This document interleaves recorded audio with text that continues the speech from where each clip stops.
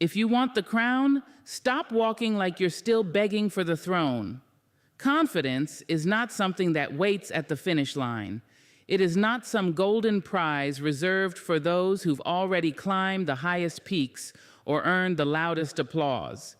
Confidence begins in the quiet. It is a flame sparked within long before the world ever sees the fire. Too often, people sit in the waiting room of life, hoping success will call their name so they can finally walk differently, speak louder, and breathe deeper. But confidence doesn't show up after the moment. It creates the moment. It's not a result of success. It's a decision you make long before the outcome is even visible. When you understand this, everything shifts. You stop asking for proof. You stop needing validation. You stop needing others to notice, to clap, to believe, because you realize the belief must start with you. You have to declare who you are before the world echoes it back to you. That's why confidence is not external. It cannot be handed to you. No degree, no paycheck, no praise will permanently install confidence in a person who hasn't decided to walk in it. Confidence is not loud, it is not arrogant, it does not boast or seek the spotlight. True confidence is quiet strength. It's walking into a room and not needing to compare, compete, or conform. It's knowing that your worth is not measured by the reaction of others, but by your own steady awareness of your value. Confidence says, even if you don't see it yet, I know what I carry. It's a decision to trust your preparation, your process, and your potential, even on days when the results haven't caught up yet. People often wait for success to feel ready, but readiness is not a feeling, it is a mindset. You can train for something your whole life and still feel nervous. You can be more prepared than anyone in the room and still hear that whisper of doubt in your ear.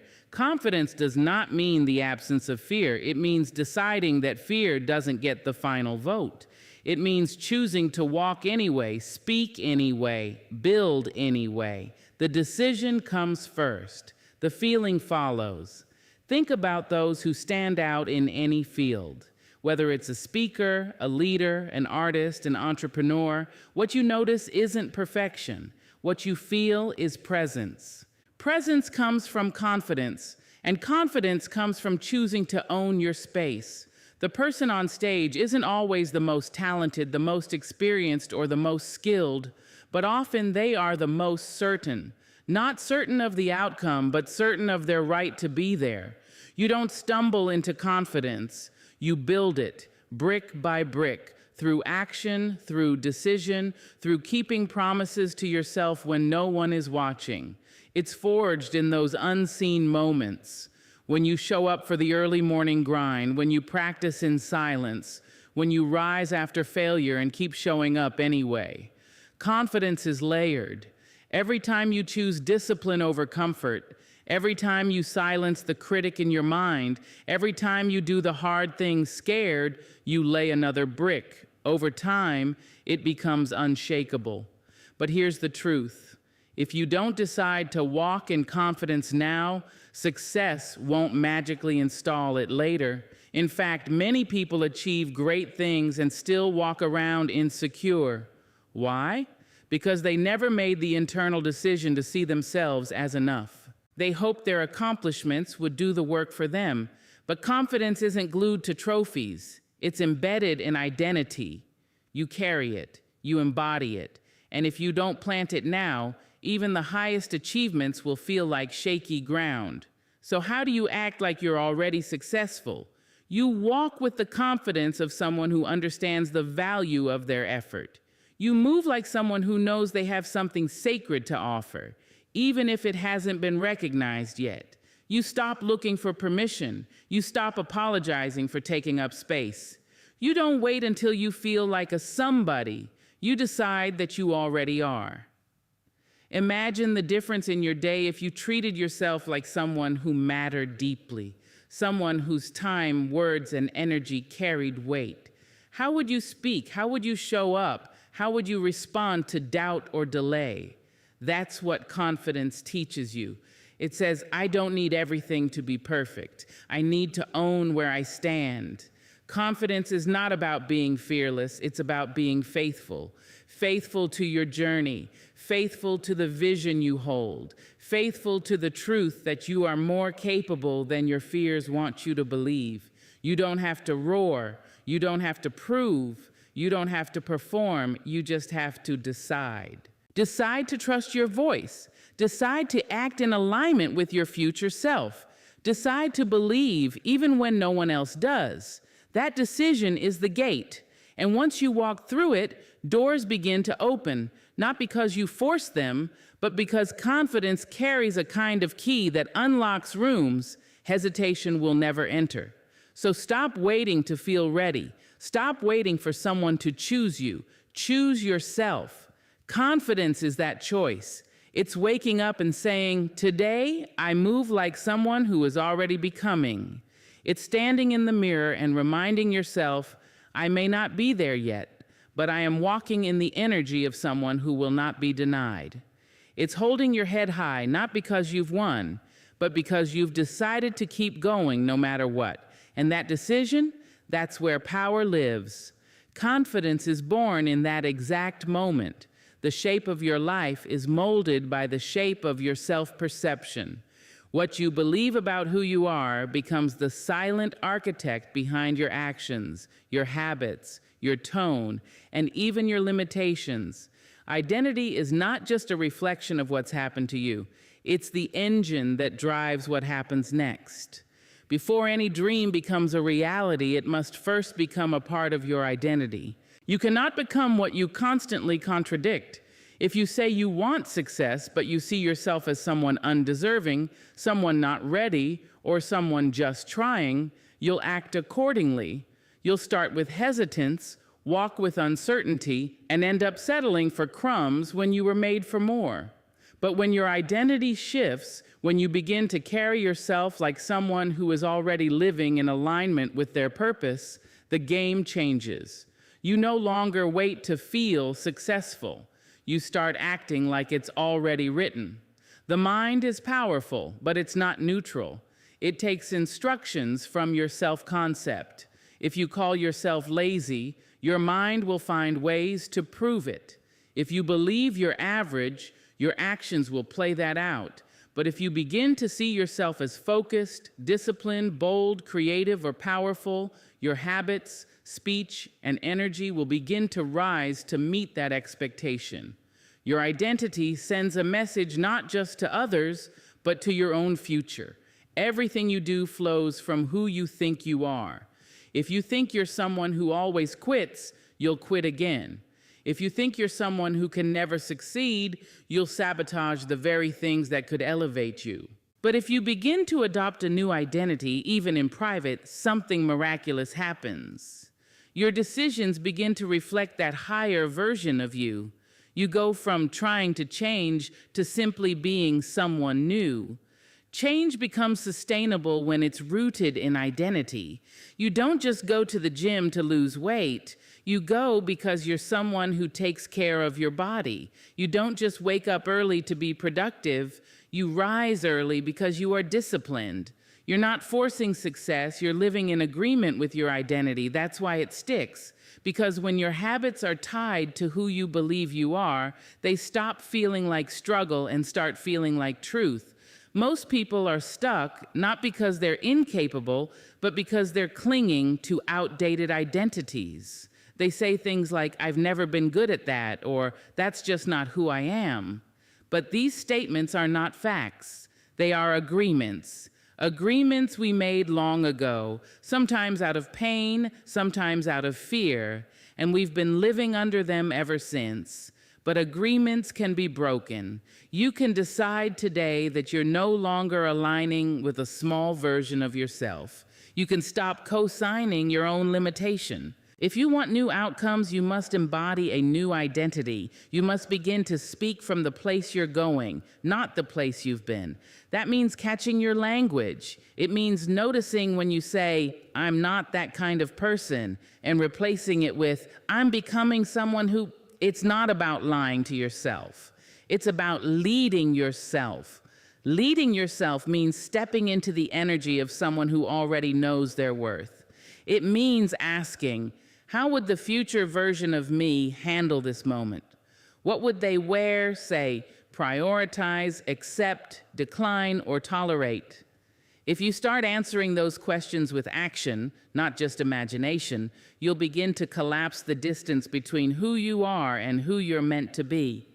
But identity isn't built overnight. It's layered, it's practiced, it's reinforced by every micro decision you make, every time you act in alignment with your highest self, even when it's hard. You reinforce the belief, this is who I am now. And that belief is more powerful than any motivational quote or temporary push of discipline. Because once your identity catches up with your desire, momentum becomes natural. It's no longer a grind to chase success because you've become the person who creates it. You don't need to be perfect. You just need to be consistent with the version of you that refuses to shrink, the version that no longer needs external permission to walk in power, the version that knows when identity shifts, outcomes follow. So don't ask, what do I need to do? Start asking, who do I need to become? And once you know the answer, don't just think it, be it. Speak from that place, dress from that place, show up from that place, because when you shift your identity, your entire reality follows suit. There comes a moment in every journey when the walls that once felt like safety begin to feel like suffocation, when the places that once celebrated your presence now barely acknowledge your growth. This is not a mistake. This is not failure. This is a sign. You are evolving. And with that evolution comes the need to release the spaces, mindsets, and people that no longer recognize your expansion. To stop shrinking for rooms you've outgrown is not arrogance, it's alignment. Too many people keep folding themselves into boxes they no longer fit into. They minimize their voice to keep the peace, dim their light so others won't feel overshadowed, and carry dreams in silence so they don't make anyone uncomfortable. But silence doesn't protect your destiny, it delays it. When you constantly adapt yourself to environments that no longer feed your spirit, you begin to starve your own greatness. Growth is meant to feel uncomfortable, not because you're doing something wrong, but because you're stretching into a version of yourself that no longer fits the mold. You are not meant to play small. You were not built to tiptoe around your potential just to accommodate someone else's insecurity. And yet, many carry this silent weight, the fear of being too much, of taking up space, of standing fully in their truth. But let's be clear, shrinking does not equal humility. True humility is owning your greatness without needing to place it above anyone else's. It is not denying your gifts, it's honoring them. It's walking with quiet confidence, not forced invisibility. There is nothing noble about hiding what was placed in you to be seen, felt, and experienced. You can love people and still outgrow them. You can be grateful for a place and still realize it's not your final destination. The challenge comes when your growth begins to disrupt the comfort of others. Some will try to remind you of who you were so they don't have to meet who you're becoming. They'll say you've changed, and they'll be right. You have changed. That's what growth demands. That's what purpose requires. If you want to keep rising, you must get comfortable disappointing people who only liked the smaller version of you. Because staying small for the sake of acceptance is a prison dressed up as belonging. Real belonging doesn't ask you to shrink. It invites you to shine and still be embraced. If the room you're in punishes your growth, you're not in the wrong room. You're in the wrong season. And don't just think about physical spaces. Think about the mental and emotional ones too. Have you outgrown that self-doubt you still rehearse? Have you outgrown the excuses you keep telling yourself? Have you outgrown the mindset that says, "Who am I to do this?" That voice is not your truth, it's your training, and it's time to unlearn it. You owe it to yourself to stop performing for approval and start aligning with purpose. That means making decisions that reflect where you're going, not where you've been. It means surrounding yourself with people who challenge you to expand, not guilt you into staying the same. It means walking into new spaces without apologizing for taking up space at all. The truth is, the world needs the version of you that no longer shrinks, the one who speaks with clarity, acts with intention, and moves with vision. The one who refuses to be boxed in by outdated labels or roles. When you give yourself permission to rise, you silently give others permission to do the same. You become a mirror for possibility. So, stop asking if you're ready. Start trusting that you've been ready for longer than you've allowed yourself to believe. Stop second-guessing your growth. You didn't come this far just to shrink back into comfort. You came to evolve, to stretch, to lead, to inspire. And the moment you stop shrinking, the right spaces will begin to reveal themselves. The right people will find you. The right doors will open. Not because you forced them, but because you finally made room for them by refusing to fit into places that no longer match your size. You've grown, now act like it. There is a language more ancient than speech and more honest than words. It's the energy you carry. Before you ever open your mouth, before you ever explain your vision or share your thoughts, people can feel who you are. Energy enters the room before your voice does. It speaks in silence. It lingers after you've left. It reveals what you truly believe about yourself, what you carry, and what you've hidden. That's why energy is louder than words. You can't fake aligned energy. You can rehearse speeches, you can memorize affirmations, you can say all the right things, but if your energy isn't clean, your message won't land. People may not be able to explain it, but they'll feel the disconnect.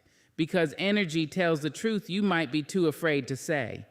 And when your words and your energy don't match, the world always trusts your energy. We live in a world obsessed with image, perfect captions, filtered smiles, curated success. But beyond the polish, beyond the presentation, there's something deeper that can't be edited: your presence. Your presence is your essence without performance. It's what people feel when they encounter you, and it always reveals more than what you try to say. You don't have to explain yourself when your energy already makes the statement. You don't have to prove your value when your presence already carries weight. Have you ever met someone who didn't say much but still shook the room? That's the power of aligned energy. It's not about being loud. It's not about commanding attention. It's about being so clear, so grounded, so in tune with who you are that your presence becomes magnetic. People remember how you made them feel, not how many clever words you used. They remember the frequency you carried, not the performance you gave. So many try to speak their way into rooms, pitch their way into validation, talk their way into belonging. But your energy can open doors that words cannot. It can attract opportunities that no resume could ever fully explain. And when your internal world matches your outer expression, you become unstoppable, not because you're trying harder, but because you're moving in harmony. But energy can't lie. If your heart is heavy with resentment, if your mind is crowded with doubt, if your spirit is tangled in fear, it will show. Even if your lips smile, even if your posture is confident, your energy will whisper the truth. That's why doing the inner work matters. That's why healing matters. Not just so you can look strong, but so your energy becomes a safe and powerful space for yourself and for those around you. What you radiate is a reflection of what you cultivate. If you want your presence to speak for you, you must first be intentional about what lives in your spirit. Peace radiates. Confidence radiates. Clarity radiates. So does insecurity, bitterness, and chaos. You can't pour from an empty spirit and expect fullness in your impact. You can't bring confusion to the world and expect your vision to be clear to others. What you carry within will always leak into what you offer without. This is not about perfection. It's about alignment. It's about choosing to nurture an inner world that reflects the life you say you want. You don't have to be flawless, but you must be real. You must be willing to clean your energy like you clean your space, to let go of what no longer belongs, to release what dims your light, to forgive, to breathe, to recenter. That work is not optional, it's sacred. When you walk into a room with clean, focused energy, the room adjusts. People take notice, not because you demanded it, but because your presence commands it. You don't have to shout. You don't have to overcompensate. You just have to be full of what you want to give. If you want to inspire, carry inspiration. If you want to lead, carry clarity. If you want to be trusted, carry consistency. Because energy doesn't ask, it declares. Your energy is your responsibility. You can't control what others think, but you can control what you carry.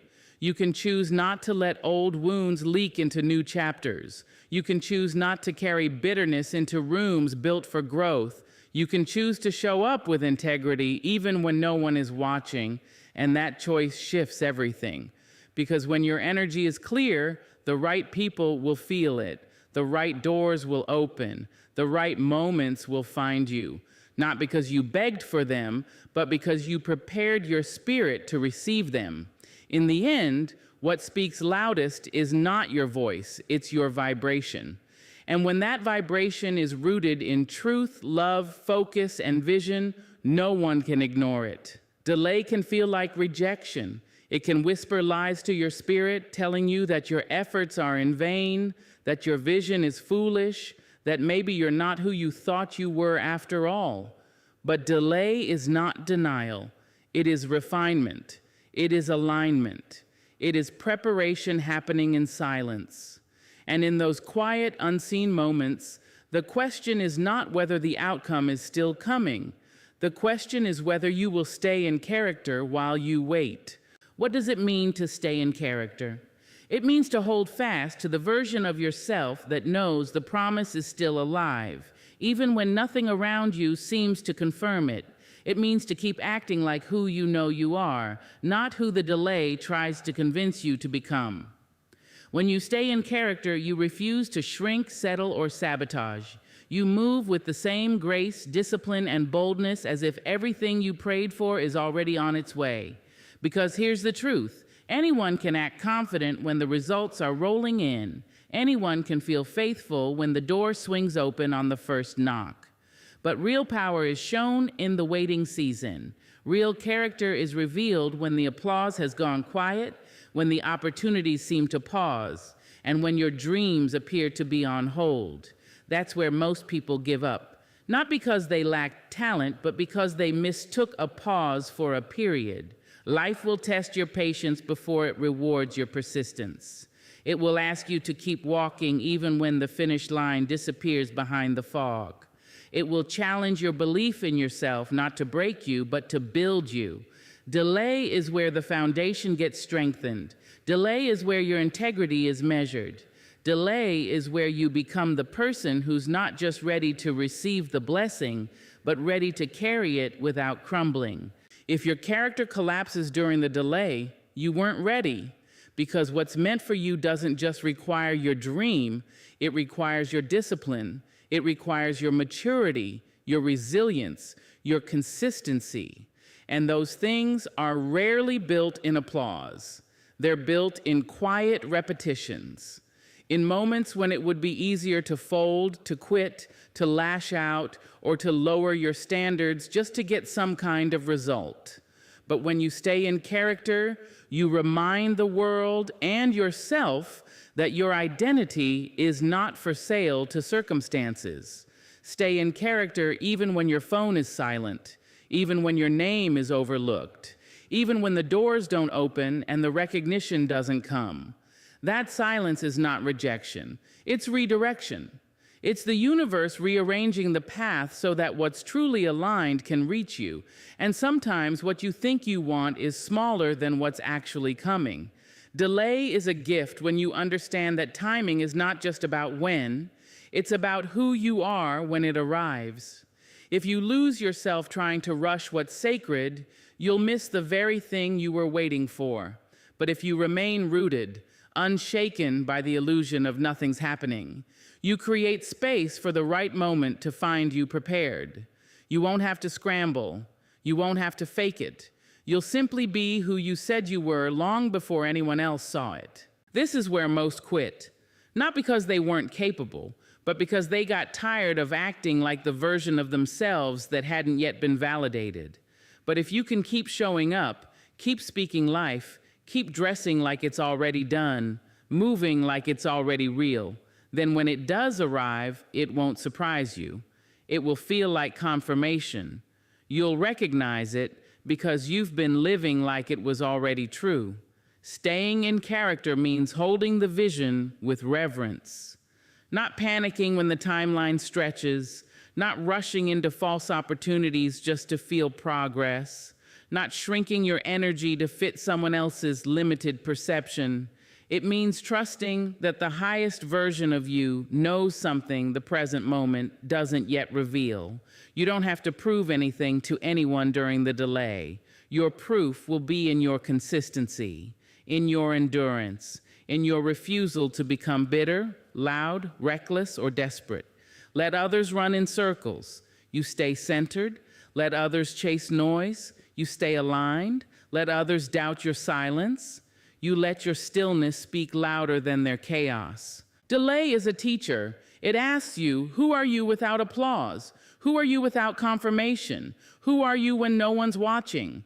And your answer must be this: still me, still focused, still walking, still becoming, still believing. So stay in character, even when it's hard, even when you feel unseen. Because when the curtain finally rises, the world won't meet someone who's trying to be ready. They'll meet someone who is ready, because you never broke character, even in the dark. Success is not seduced by noise. It does not respond to begging, rushing, or anxious energy. It is not drawn to the one who yells the loudest or moves the fastest. Success has a rhythm, and that rhythm answers to one thing: consistency, not desperation, not panic, not hustle with no direction. Consistency is the quiet, steady proof that you're not just dreaming, you're building. Desperation wants everything now. It moves from a place of lack, of fear, of urgency that says, if I don't have it soon, I'll be nothing. But consistency says, I already am something. And because I am, I move like it every day, no matter who's watching. Desperation exhausts you. It sprints without a map. It crashes when results don't show up fast enough.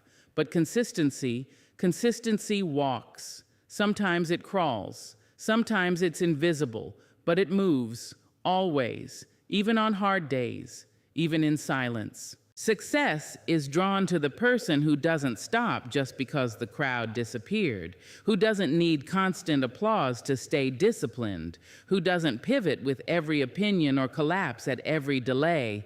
Consistency is your anchor in a world full of distractions and detours. It is the quiet commitment to show up for the work, even when the work feels repetitive. It's knowing that progress is not always loud and momentum is not always visible. People want success like it's a lottery ticket, something you luck into overnight. But success is more like compound interest. It grows with what you do daily, not what you do dramatically once in a while. The person who shows up every day, tired, unsure, even afraid, but still shows up is the one success eventually finds. Because consistency builds trust, not just with others, but with yourself. And when you trust yourself to keep moving, you no longer panic when things take time. Desperation drains your spirit. It makes you chase validation. It forces your voice to rise when your energy is weak. But consistency is rooted. It doesn't chase, it attracts. It doesn't panic, it plans. It doesn't force, it flows. There is power in being the person who doesn't need to be rescued by a breakthrough because they've already committed to the long haul. When you act from desperation, you start compromising. You settle for deals that shrink your worth. You say yes to things that don't serve your calling. You water yourself down to seem more acceptable or palatable to people who were never meant to carry your vision in the first place. But when you're consistent, you move from a place of knowing. You know your value, you know your voice, and you wait, not passively but patiently, while you continue to do the work. The most successful people didn't rise because they were the most talented. They rose because they kept rising after everyone else got tired. They didn't ask, "Is this working?" After a few weeks, they decided it was working and then matched their energy to that decision. They weren't desperate for results. They were devoted to the process, and the process made them unshakable. You can scream your goals all day long. You can write them on mirrors and post them online. But if your daily behavior doesn't match your desired outcome, you're wasting your breath. Consistency isn't always exciting. It's often quiet. It's often thankless. But it builds something desperation never could: credibility. Real, solid, inner credibility. The kind that doesn't collapse under pressure. The kind that doesn't fold in front of rejection. If you only show up when you're inspired, you'll miss most of your journey. If you only create when someone's watching, you'll never master your craft. The discipline to be consistent is what makes space for inspiration to return. And the days you feel uninspired but choose to continue, that's when you prove to success you can be trusted with more. Stop asking when it will happen. Start asking, how can I keep moving? Stop panicking over timing. Start building a rhythm. Show up again and again like it's already yours. Not from ego, but from certainty, from alignment, from a deep-rooted knowing that desperation won't carry you, but consistency will, that every repetition matters, that every step counts. Even when it feels invisible, even when no one claps. You don't rise because you're lucky, you rise because you're faithful, and that faithfulness, measured in quiet days, long nights, and invisible effort, is the magnet that pulls success to your door. Because success doesn't show up when you scream for it. It shows up when you become the version of yourself who never needed to scream. Just move, just build, just keep going. Every single day. Don't wait for the world to give you the signal to start living like you've made it. You are the signal. The way you show up tells the world how to treat you. And when you carry yourself with certainty, the universe doesn't ask questions. It answers with results. So walk with the energy of a future that already knows your name. Speak like the rooms you want to be in are just echo chambers of your past prayers.